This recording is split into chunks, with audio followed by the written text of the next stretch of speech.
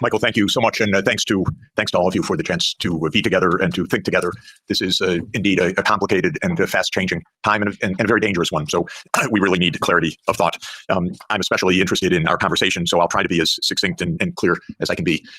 I've watched the events very close up in Eastern Europe, the former Soviet Union, Russia, very closely for the last 36 years. I was an advisor to the Polish government in 1989, to President Gorbachev in 1990 and 91, to President Yeltsin in 1991 to 1993, to President Kuchma of Ukraine in 1993, 94. I helped introduce the Estonian currency. I helped several countries in former Yugoslavia, especially Slovenia.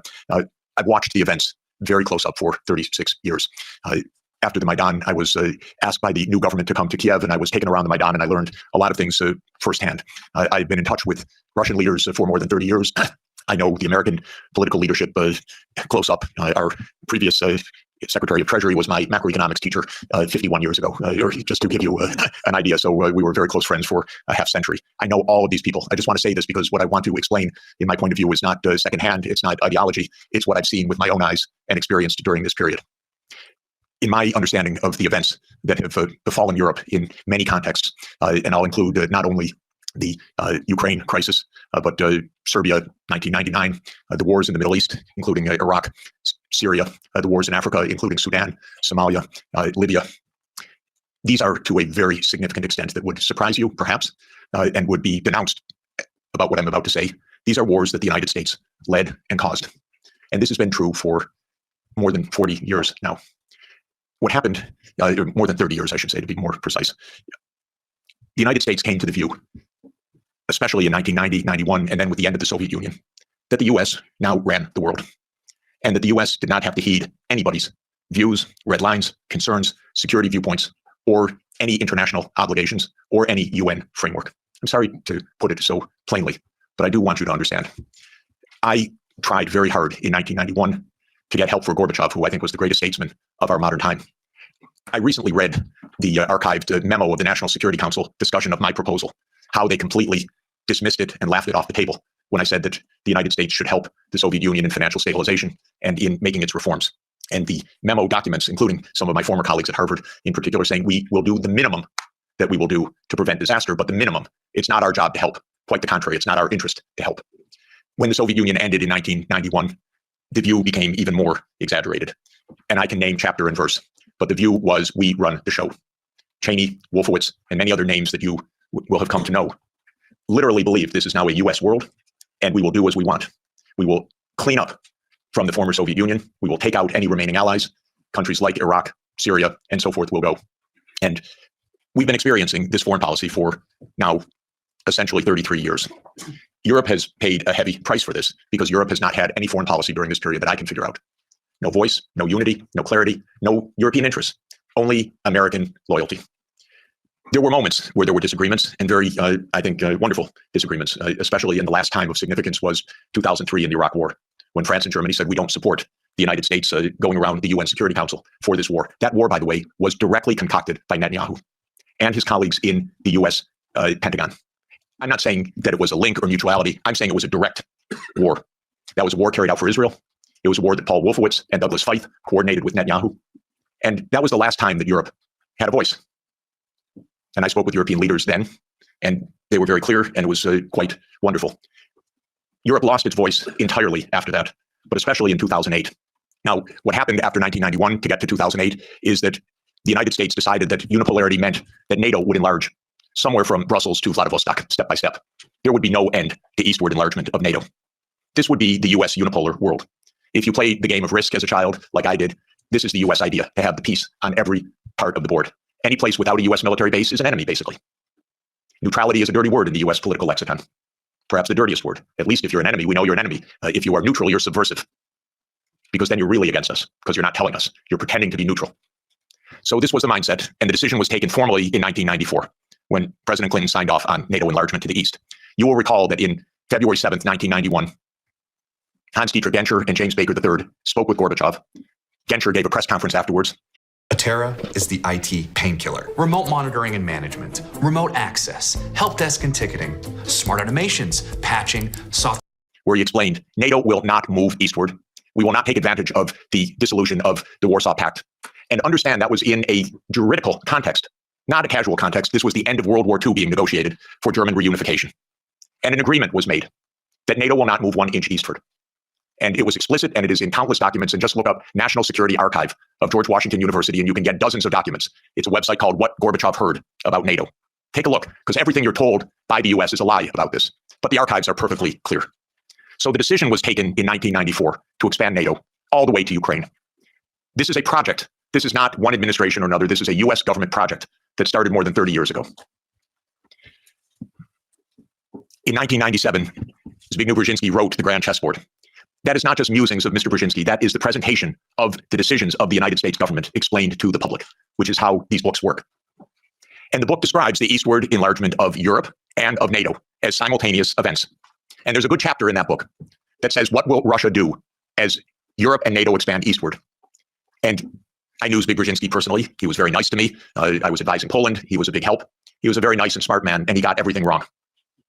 So in 1997, he wrote in detail why Russia could do nothing but accede to the eastward expansion of NATO and Europe. In fact, he says the eastward expansion of Europe, and not just Europe, but NATO. This was a plan, a project. And he explains how Russia will never align with China.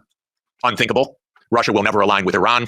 Russia has no vocation other than the European vocation. So as Europe moves east, there's nothing Russia can do about it. So says yet another American strategist. Is it any question why we're in war all the time? Because one thing about America is we always know what our counterparts are going to do, and we always get it wrong. And one reason we always get it wrong is that in game theory that the American strategists play, you don't actually talk to the other side. You just know what the other side's strategy is. It's wonderful. It saves so much time. You don't need any diplomacy. So this project began, and we had a continuity of government for 30 years, until maybe yesterday, perhaps. 30 years of a project. Ukraine and Georgia were the keys to the project. Why? Because America learned everything it knows from the British. And so we are the wannabe British Empire. And what the British Empire understood in 1853, Lord Palmerston, is that you surround Russia in the Black Sea and you deny Russia access to the Eastern Mediterranean. And all you're watching is an American project to do that in the 21st century. The idea was that there would be Ukraine, Romania, Bulgaria, Turkey, and Georgia as the Black Sea littoral that would deprive Russia of any international status by blocking the Black Sea and essentially by neutralizing Russia as more than a local power. Brzezinski is completely clear about this. And before Brzezinski, there was Mackinder. And who owns the island of the world owns the world. So this project goes back a long time. I think it goes back basically to Palmerston. And again, I've lived through every administration. I've known these presidents. I've known their teams. Nothing changed much from Clinton to Bush to Obama to Trump 1 to Biden. Maybe they got worse step by step. Biden was the worst in my view. Maybe also because he was not compos mentis for the last couple of years. And I say that seriously, not as a snarky remark. The American political system is a system of image. It's a system of media manipulation every day. It is a PR system. And so you could have a president that basically doesn't function and have that in power for 2 years and actually have that president run for re-election. And one damn thing is he had to stand on a stage for 90 minutes by himself. And that was the end of it. Had it not been that mistake, he would have gone on to have his candidacy, whether he was sleeping after 4 p.m. in the afternoon or not. So this is actually the reality. Everybody goes along with it. It's impolite to say anything that I'm saying because we don't speak the truth about almost anything in this world right now. So this project went on from the 1990s. Bombing Belgrade 78 straight days in 1999 was part of this project. Splitting apart the country when borders are sacrosanct, aren't they indeed? Except for Kosovo. That's fine, because borders are sacrosanct except when America changes them. Sudan was another related project. The South Sudan rebellion. Did that just happen because South Sudanese rebelled? Or can I give you the CIA playbook to please understand, as grown-ups, what this is about? Military events are costly. They require equipment, training, base camps, intelligence, finance. That comes from big powers. That doesn't come from local insurrections. South Sudan did not defeat North Sudan or Sudan in a tribal battle. It was a U.S. project. I would go often to Nairobi and meet U.S. military or senators or others with deep interest in Sudan's politics. This was part of the game of unipolarity. So the NATO enlargement, as you know, started in 1999 with Hungary, Poland, and the Czech Republic. And Russia was extremely unhappy about it. But these were countries still far from the border. And Russia protested, but of course to no avail. Then George Bush Jr. came in. When 9/11 occurred, President Putin pledged all support. And then the U.S. Decided in September 20th, 2001, that it would launch 7 wars in 5 years. And you can listen to General Wesley Clark online talk about that. He was NATO's supreme commander in 1999. He went to the Pentagon on September 20th, 2001. He was handed the paper explaining 7 wars. These, by the way, were Netanyahu's wars. The idea was partly to clean up old Soviet allies and partly to take out supporters of Hamas and Hezbollah. because Netanyahu's idea was there will be one state, thank you, only one state. It will be Israel. Israel will control all of the territory. And anyone that objects, we will overthrow. Not we, exactly, our friend, the United States. That's U.S. policy until this morning. We don't know whether it will change. Now, the only wrinkle is that maybe the U.S. will own Gaza instead of Israel owning Gaza. But the idea has been around at least for 25 years. It actually goes back to a document called Clean Break that Netanyahu and his American political team put together in 1996 to end the idea of the two-state solution. You can also find it online. So these are projects. These are long-term events. These aren't, is it Clinton? Is it Bush? Is it Obama? That's the boring way to look at American politics, as the day-to-day game, but that's not what American politics is. I tried everything, coffee, Pomodoro, and binaural beats, but nothing stuck until I tried this. So the next round of NATO enlargement came in 2004 with 7 more countries, the 3 Baltic states, Romania, Bulgaria, Slovenia, and Slovakia. At this point, Russia was pretty damn upset. This was a complete violation of the post-war order agreed with German reunification. Essentially, it was a fundamental trick or defection of the U.S. from a cooperative arrangement, is what it amounted to, because they believe in unipolarity. So as everybody recalls, because we just had the Munich Security Conference last week in 2007, President Putin said, stop, enough, stop now. And of course, what that meant was in 2008, the United States jammed down Europe's throat enlargement of NATO to Ukraine and to Georgia. This is a long-term project. I listened to Mr. Saakashvili in New York in May of 2008, and I walked out, called Sonia, and said, this man's crazy. And a month later, a war broke out because the United States told this guy, we saved Georgia. And he stands at the Council on Foreign Relations and says, Georgia's in the center of Europe. Well, it ain't, ladies and gentlemen. It's not in the center of Europe. And the most recent events are not helpful for Georgia, for its safety, and your MPs going there, or MEPs going there, and European politicians. That gets Georgia destroyed. That doesn't save Georgia. That gets Georgia destroyed. Completely destroyed. In 2008, as everybody knows, our former CIA director, William Burns, sent a long message back to Condoleezza Rice. Niet means niet, about expansion. This we know from Julian Assange, because believe me, not one word is told to the American people about anything, or to you, or by any of your newspapers these days. So we have Julian Assange to thank, but we can read the memo in detail. As you know, Viktor Yanukovych was elected in 2010 on the platform of neutrality. Russia had no territorial interests or designs in Ukraine at all. I know, I was there during these years. What Russia was negotiating was a 25-year lease to 2042 for Sevastopol naval base. That's it. Not for Crimea, not for the Donbass, nothing like that. This idea that Putin is reconstructing the Russian Empire, this is childish propaganda, excuse me. If anyone knows the day-to-day and year-to-year history, this is childish stuff. Childish stuff seems to work better than adult stuff. So no designs at all. The United States decided this man must be overthrown. It's called a regime change operation. There have been about 100 of them by the United States, many in your countries, and many all over the world. That's what the CIA does for a living. Okay, please know it. It's a very unusual kind of foreign policy. But in America, if you don't like the other side, you don't negotiate with them, you try to overthrow them. Preferably covertly. If it doesn't work covertly, you do it overtly. You always say it's not our fault. They're the aggressor. They're the other side. They're Hitler. That comes up every 2 or 3 years. Whether it's Saddam Hussein, whether it's Assad, whether it's Putin, that's very convenient. That's the only foreign policy explanation the American people are ever given anywhere. Well, we're facing Munich 1938. Well, we're facing Munich 1938. Can't talk to the other side. They're evil, implacable foes. That's the only model of foreign policy we ever hear from our mass media. And the mass media repeats it entirely because it's completely suborned by the US government. Now, in 2014, the US worked actively to overthrow Yanukovych. Everybody knows the phone call intercepted by my Columbia University colleague, Victoria Nuland, and the US ambassador, Peter Piot. You don't get better evidence. The Russians intercepted her call and they put it on the internet. Listen to it. It's fascinating. I know all these people. By the way, by doing that, they all got promoted in the Biden administration. That's the job. Now, when the Maidan occurred, I was called immediately. Oh, Professor Sachs, the new Ukrainian prime minister would like to see you to talk about the economic crisis. Because I'm pretty good at that. And so I flew to Kiev and I was walked around the Maidan. And I was told how the US paid the money for all the people around the Maidan. Spontaneous, revolution of dignity. Ladies and gentlemen, please, where do all these media outlets come from? Where does all this organization come from? Where do all these buses come from? Where do all these people called in come from? Are you kidding? This is organized effort. And it's not a secret, except to citizens of Europe and the United States. Everyone else understands it quite clearly. Then came Minsk, and especially Minsk II, which, by the way, was modeled on South Tyrolean autonomy. And the Belgians could have related to Minsk II very well. It said there should be autonomy for the Russian-speaking regions in the east of Ukraine. It was supported unanimously by the UN Security Council. The United States and Ukraine decided it was not to be enforced. Germany and France, which were the guarantors of the Normandy process, let it go. And it was absolutely another direct American unipolar action with Europe, as usual, playing completely useless subsidiary role, even though it was a guarantor of the agreement. Trump won, raised the armaments. There were many thousands of deaths in the shelling by Ukraine in the Donbass. There was no Minsk II agreement. And then Biden came into office. And again, I know all these people. I used to be a member of the Democratic Party. I now am strictly sworn to be a member of no party because both are the same anyway. And because this is, the Democrats became complete warmongers over time. And there was not one voice about peace, just like most of your parliamentarians, the same way. So at the end of 1991, Putin put on the table a last effort in 2 security agreement drafts, one with Europe and one with the United States. The US put on the table December 15th, 2021. I had an hour call with Jake Sullivan in the White House begging, Jake, avoid the war. You can avoid the war. All you have to do is say NATO will not enlarge to Ukraine. And he said to me, oh, NATO's not going to enlarge to Ukraine. Don't worry about it. I said, Jake, say it publicly. No, we can't say it publicly. I said, Jake, you're going to have a war over something that isn't even going to happen? Ceea ce poate face AI-ul astăzi doar dintr-o singură fotografie și un scurt eșantion de voce este cu adevărat înfricoșător. În acest video arăt ca mine și sun ca mine. He said, don't worry, Jeff, there will be no war. These are not very bright people. I'm telling you, if I can give you my honest view, they're not very bright people. And I dealt with them for more than 40 years. They talk to themselves. They don't talk to anybody else. They play game theory. In non-cooperative game theory, you don't talk to the other side. You just make your strategy. This is the essence of game theory. It's not negotiation theory. It's not peacemaking theory.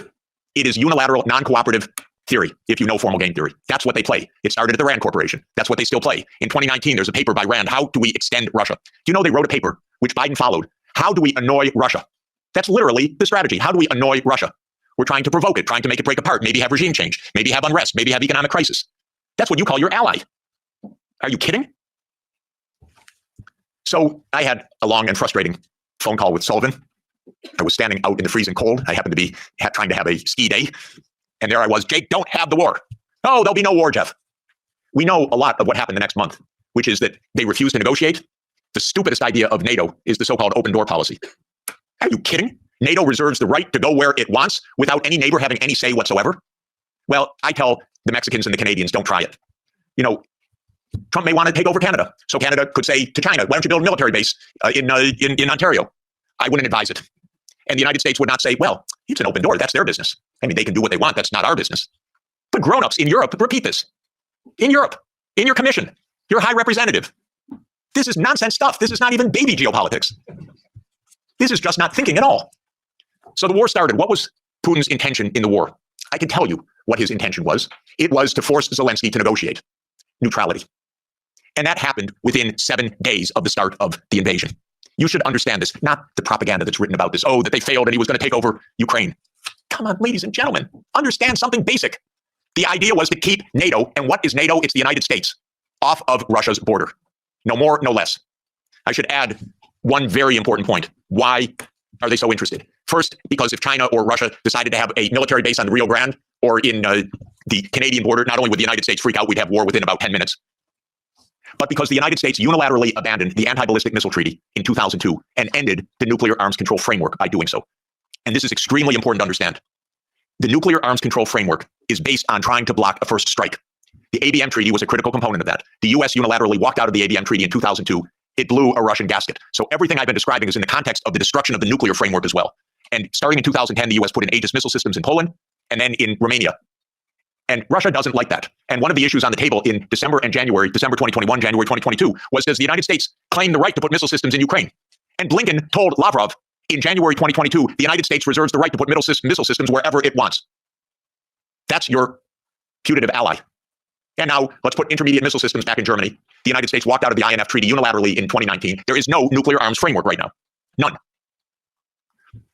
When Zelensky said in 7 days, let's negotiate, I know the details of this exquisitely because I talked to all the parties in detail. Within a couple of weeks, there was a document exchanged that President Putin had approved, that Lavrov had presented, that was being managed by the Turkish mediators. I flew to Ankara to listen in detail to what the mediators were doing. Ukraine walked away unilaterally from a near agreement. Why? Because the United States told them to. Because the UK added icing to the cake by having Bojo go in early April to Ukraine and explain. And he has recently, and if your security is in the hands of Boris Johnson, God help us all, Keith Starmer turns out to be even worse. It's unimaginable, but it is true.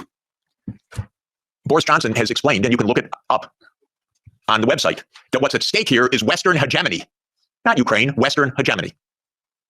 Michael and I met at the Vatican with a group in the spring of 2022, where we wrote a document explaining nothing good can come out of this war for Ukraine. negotiate now because anything that takes time will mean massive amounts of deaths, risk of nuclear escalation, and likely loss of the war. I wouldn't change one word from what we wrote then. Nothing was wrong in that document. And since that document, since the U.S. talked the negotiators away from the table, about 1 million Ukrainians have died or been severely wounded.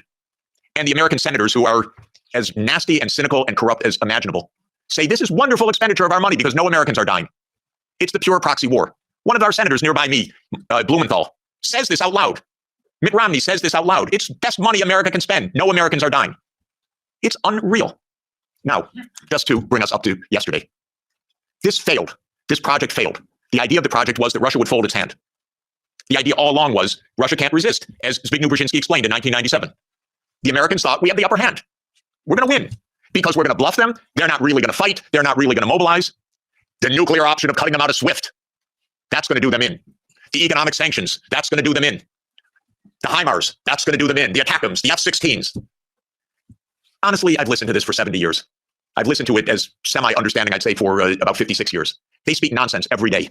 My country, my government. This is so familiar to me, completely familiar. I begged the Ukrainians, and I had a track record with the Ukrainians. I advised the Ukrainians. I'm not anti-Ukrainian, I'm pro-Ukrainian completely. I said, save your lives, save your sovereignty, save your territory, be neutral. Don't listen to the Americans. I repeated to them the famous adage of Henry Kissinger, that to be an enemy of the United States is dangerous, but to be a friend is fatal. Okay, so let me repeat that for Europe. To be an enemy of the United States is dangerous, but to be a friend is fatal. So let me now finalize a few words about Trump. Trump does not want the losing hand. This is why it is more likely than not this war will end, because Trump and President Putin will agree to end the war. If Europe does all its great warmongering, it doesn't matter. The war is ending. So get it out of your system. Please tell your colleagues. It's over. And it's over because Trump doesn't want to carry a loser. That's it. It's not some great morality. He doesn't want to carry a loser. This is a loser. The one that will be saved by the negotiations taking place right now is Ukraine. Second is Europe. Your stock market's rising in recent days by the horrible news of negotiations. I know this has been met with the sheer horror in these chambers, but this is the best news that you could get. Now, I encouraged, they don't listen to me, but I tried to reach out to some of the European leaders. Most don't want to hear anything from me at all. But I said, don't go to Kiev. Go to Moscow. Discuss with your counterparts. Are you kidding? You're Europe. You're 450 million people. You're $20 trillion economy. You should be the main economic trading partner of Russia. It's natural links. By the way, if anyone would like to discuss how the US blew up Nord Stream, I'd be happy to talk about that. So the Trump administration is imperialist at heart. It is great powers dominate the world. It is we will do what we want when we can. We will be better than a senescent Biden, and we'll cut our losses where we have to. There are several war zones in the world, the Middle East being another. We don't know what will happen with that. Again, if Europe had a proper policy, you could stop that war. I'll explain how. But war with China is also a possibility. So I'm not saying that we're at the new age of peace, but we are in a very different kind of politics right now. And Europe should have a foreign policy. And not just a foreign policy of Russophobia, a foreign policy that is a realistic foreign policy that understands Russia's situation, that understands Europe's situation, that understands what America is and what it stands for, that tries to avoid Europe being invaded by the United States, because it's not impossible that America will just land troops in Danish territory. I'm not joking. And I don't think they're joking. And Europe needs a foreign policy, a real one. Not a, yes, we'll bargain with Mr. Trump and meet him halfway. You know what that will be like? Give me a call afterwards. Please don't have American officials as head of Europe. Have European officials. Please have a European foreign policy. You're going to be living with Russia for a long time. So please negotiate with Russia. There are real security issues on the table. But the bombast and the Russophobia is not serving your security at all. It's not serving Ukraine's security at all. It contributed to 1 million casualties in Ukraine from this idiotic American adventure that you signed onto and then became the lead cheerleaders of. Solves nothing. Mi-am creat living-ul de vis cu mobilierul frumos de la Beliani. Acum, cu ofertele de primăvară, beneficiezi de până la 50% reducere la toate produsele. Comanda acum! On the Middle East, by the way, the U.S. completely handed over foreign policy to Netanyahu 30 years ago. The Israel lobby dominates American politics. Just have no doubt about it. I could explain for hours how it works. It's very dangerous. I'm hoping that Trump will not destroy his administration and worse, the Palestinian people, because of Netanyahu, who I regard as a war criminal, properly indicted by the ICC, and that needs to be told no more, that there will be a state of Palestine on the borders of the 4th of June, 1967, according to international law, as the only way for peace. It's the only way for Europe to have peace on your borders with the Middle East is the two-state solution. There is only one obstacle to it, by the way, and that is the veto of the United States in the UN Security Council. So if you want to have some influence, tell the United States, drop the veto. You are together with 180 countries in the world. The only ones that oppose a Palestinian state are the United States, Israel, Micronesia, Nauru, Palau, Papua New Guinea, Mr. Malay, and Paraguay. So this is a place where Europe could have a big influence. Europe has gone silent about the JCPOA and Iran. Netanyahu's greatest dream in life is a war between the United States and Iran. He's not given up, and it's not impossible that that would come also. And that's because the U.S. in this regard does not have an independent foreign policy. It is run by Israel. It's tragic. It's amazing, by the way. And it could end. Trump may say that he wants foreign policy back. Maybe. I'm hoping that it's the case. Finally, let me just say with respect to China, China is not an enemy. China is just a success story. That's why it is viewed by the United States as an enemy, because China is a bigger economy than the United States. That's all.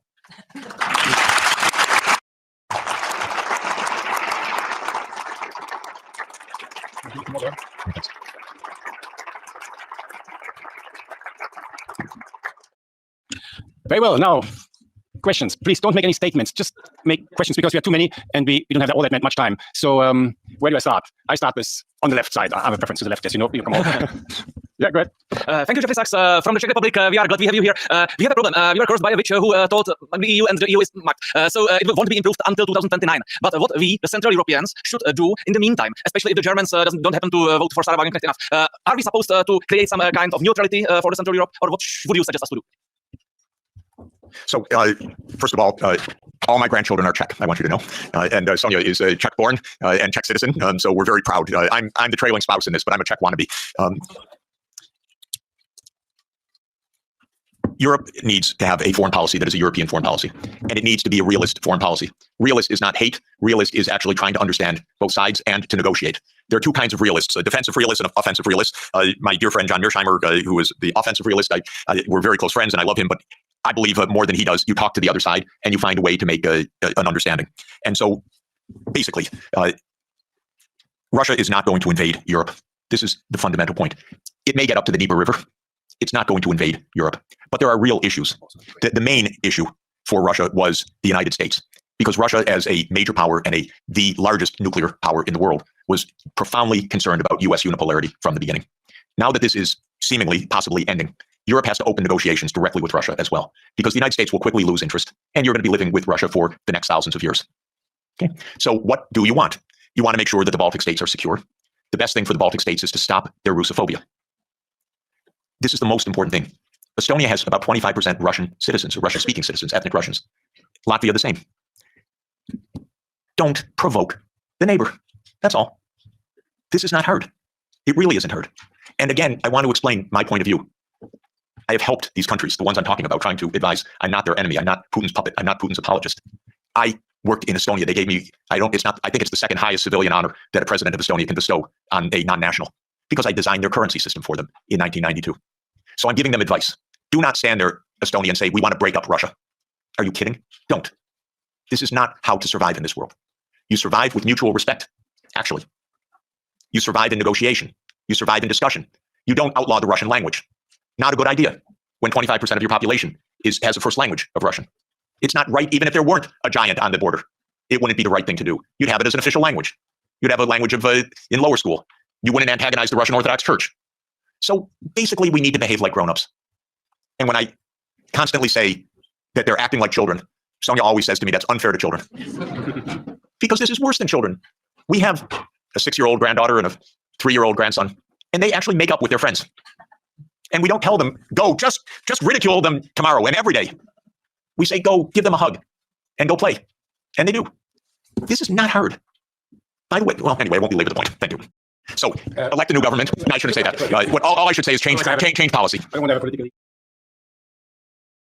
Does that work? Yeah. Hi, my name's Kira. I'm a reporter with the Brussels Times. Thank you for the fascinating talk, Jeffrey. I just wanted to ask you about Trump's statements about wanting NATO members to increase their spending by 5%. And we're now seeing lots of countries scrambling to prove that they're going to do that, including Belgium. And given that Belgium is also the NATO headquarters, I want to ask you, what would be the appropriate response to those statements by NATO members? Thanks.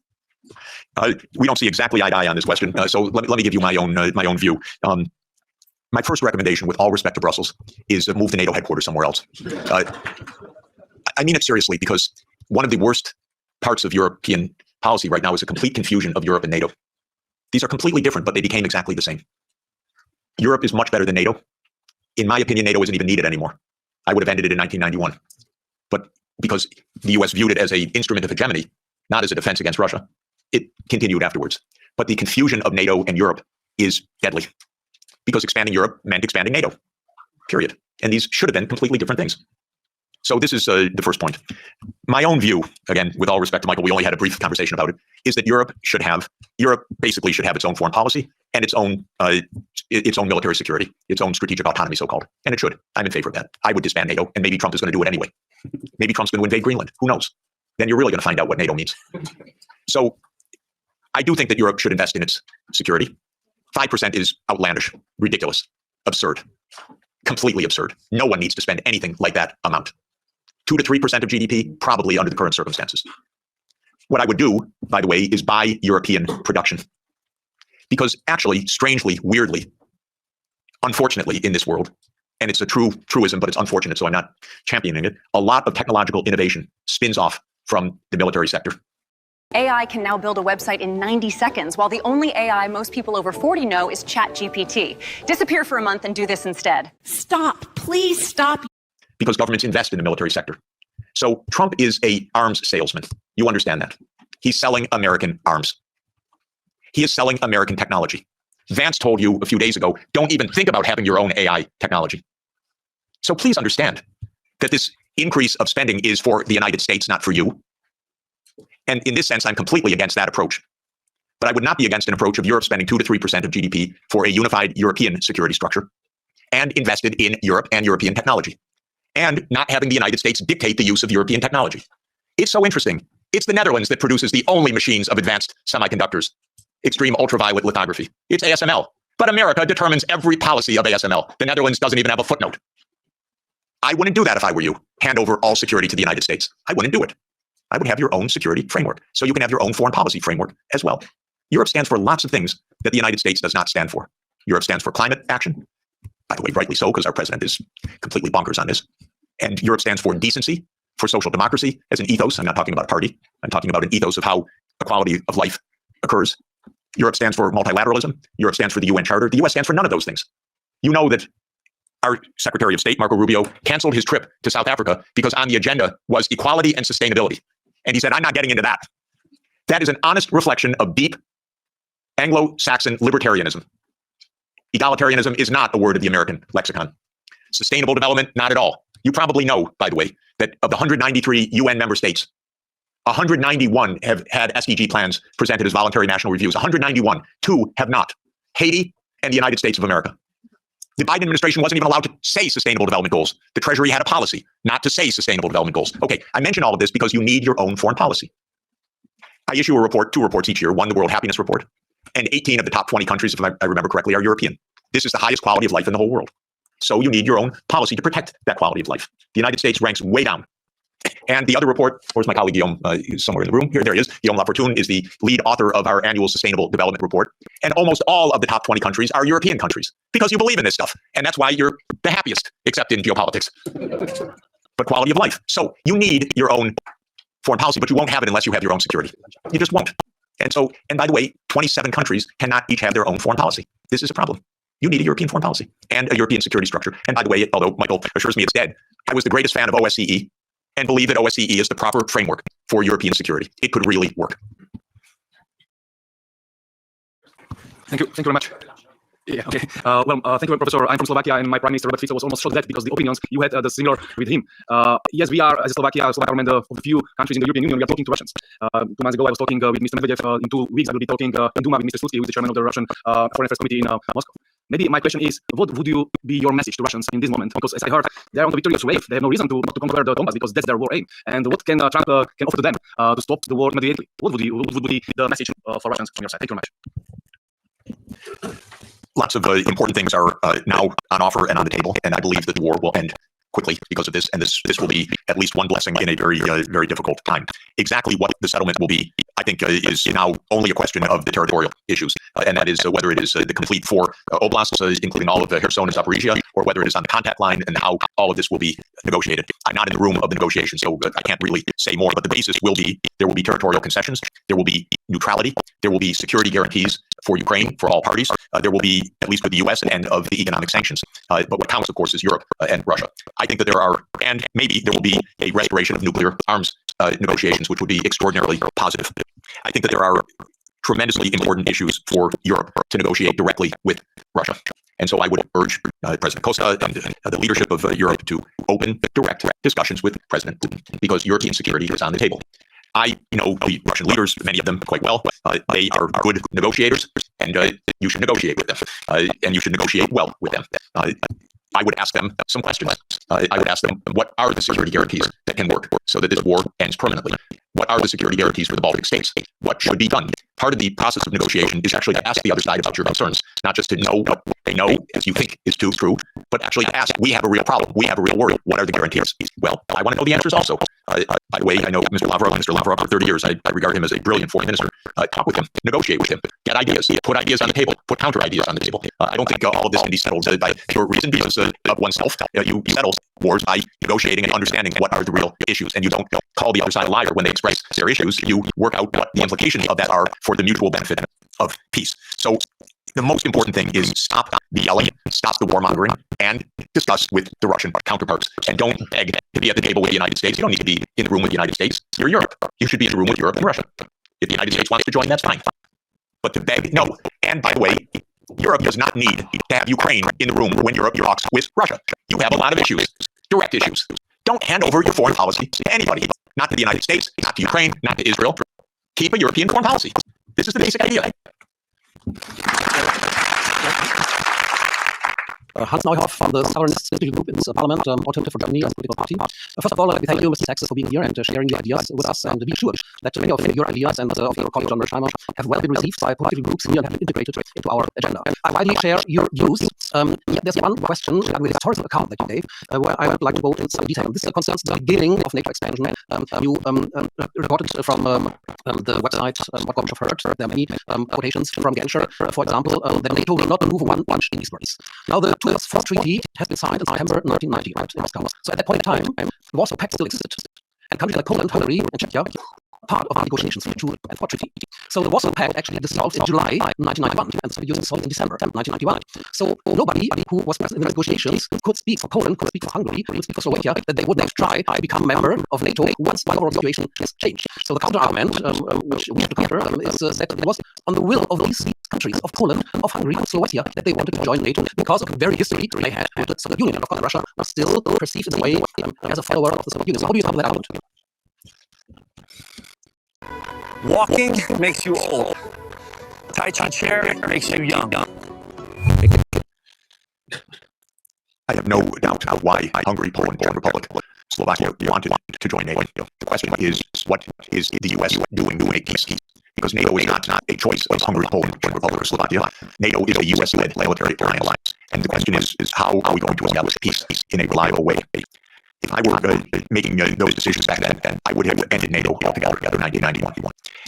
When those countries requested NATO, I would have explained to them what our Defense Secretary William Perry said, what our lead statesman George Kennedy said, what our final ambassador to the Soviet Union, Matlock, said. They said, well, we understand your feelings, but it's not a good idea because it could provoke a new Cold War with Russia. So that's how I would have answered it.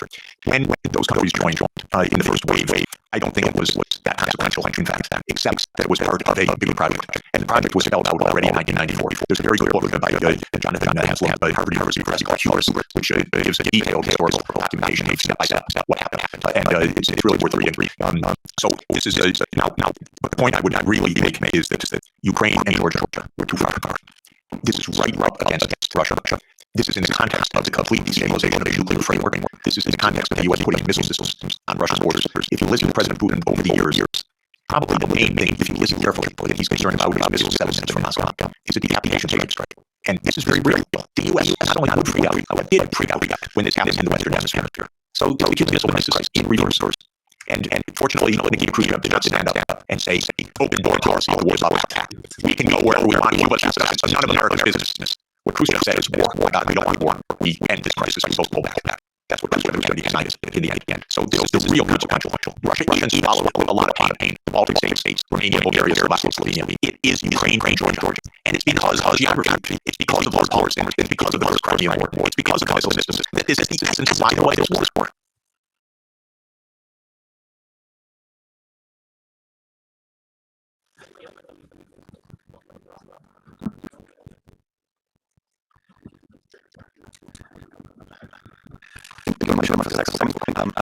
I mentioned that the EU needs to formulate its own policy, as German co-lines was driving for those policies. Now with the Ukraine war, I believe that received a crack.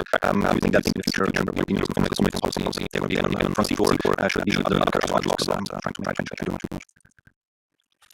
Oh, it's hard. It's hard because, of course, you don't yet have a constitution for Europe, which really underpins European foreign policy, and it can't be by unanimity. There has to be a structure in which Europe is Europe, even with some dissent, but the European policy. I don't want to oversimplify how there exactly, but even these structures you have, you could do a lot better with negotiating directly. The first rule is your diplomats should be diplomats, not secretaries of war.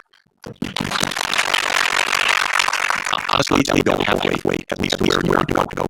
A diplomat is a very special kind of talent. A diplomat is trained to sit together with the other side and to listen, to shake hands, to smile, to be pleasant. It's very hard. It's a skill. It's training. It's a profession. It's not a game. You need that kind of diplomacy. I'm sorry. We are not hearing anything like that. I'll just make a couple of points. First, Europe is not the way I said. I thought Salzburg was the worst, but I was wrong. It just keeps getting worse. Could someone in NATO stop talking, for God's sake, about more war? And could NATO stop thinking for Europe, and Europe stop thinking of NATO? This is the first absolute point. Second, our representatives need to become diplomats.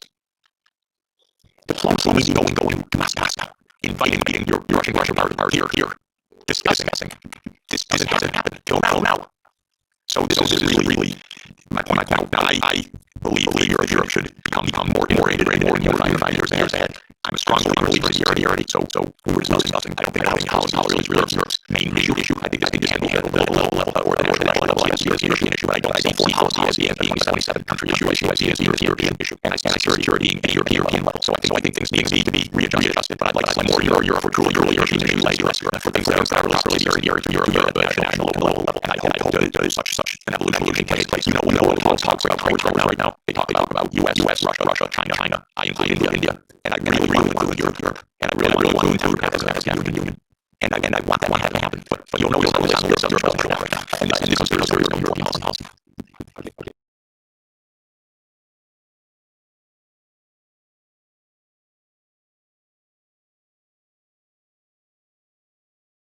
Thank you very much. My question was now we have the concept of future later. We have the internationalization of Europe. We have strengthening of the bridges, which can be right in many respects. So the future of the next very much.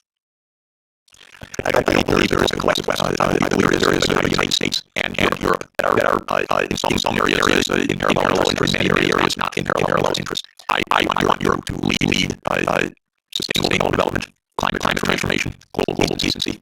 I believe a world looked more like Europe, a happier, more peaceful, safer world, and longevity and better food. Just saying, in any event, Europe has a culture that is different from American tradition, and frankly from the Anglo-Saxon tradition, because 200 years of Anglo-Saxon hegemony or aspirational hegemony, where the British still believe they run the world.